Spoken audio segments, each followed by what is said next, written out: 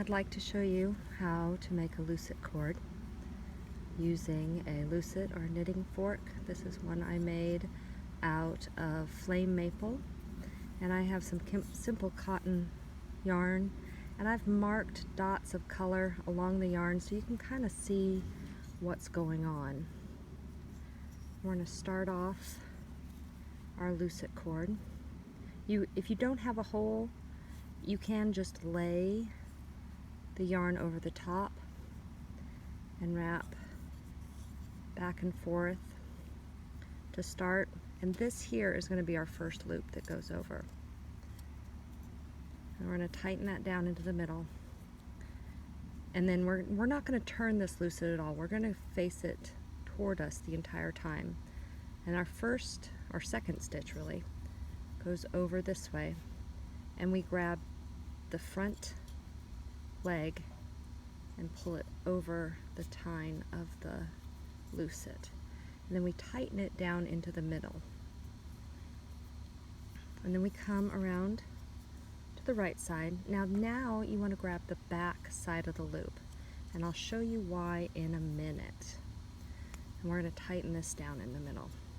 Now you can see as I tighten, the dots are moving around the lucet prongs there.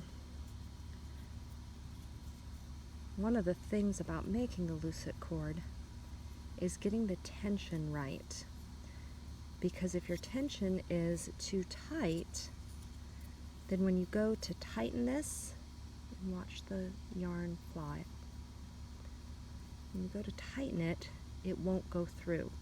So you're struggling to tighten it because the yarn won't go through. So if your tension is too tight. So we want to work on getting that tension. And as if you can see here, as I pull, this loop on this side is what we're tightening. And now on this, when we go to the left side, this loop here that I just hooked over, I'm going to hold my bottom part still, and I'm going to pull that, and you see how the yarn travels through, and we're tightening that loop there. Now we're going to come on this side. Now the reason we want to grab from the back is because this is where, if we grab here, we're actually tightening that loop, and we don't want to tighten that loop anymore. It's where we want it. So we reach back so we don't over tighten, because when we over tighten, we won't be able to pull our yarn through. And you can see I'm kind of using my fingers to keep it in the center, but you can see as I pull how the yarn travels around the whole lucet. Do that, and we're tightening that loop there. Continue like that.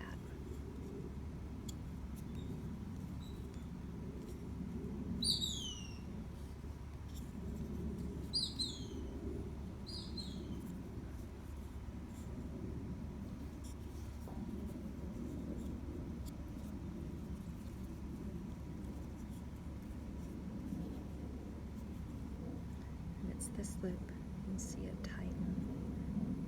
And you want to keep these loops, eyeball them about the same size. That'll keep your lucet cord even, with less bumps and bubbles. I like this method of creating a lucet cord better. It doesn't hurt my hands as much as turning the lucet cord does, or turning the lucet does. Keeping it straight doesn't hurt my hands as much. And I think my lucet cord comes out straighter without twists.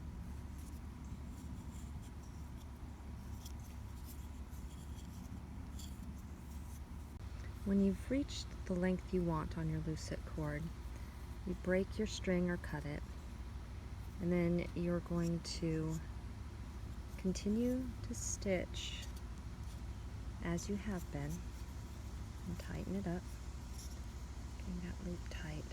But then, instead of keeping that loop there, you pull your end through.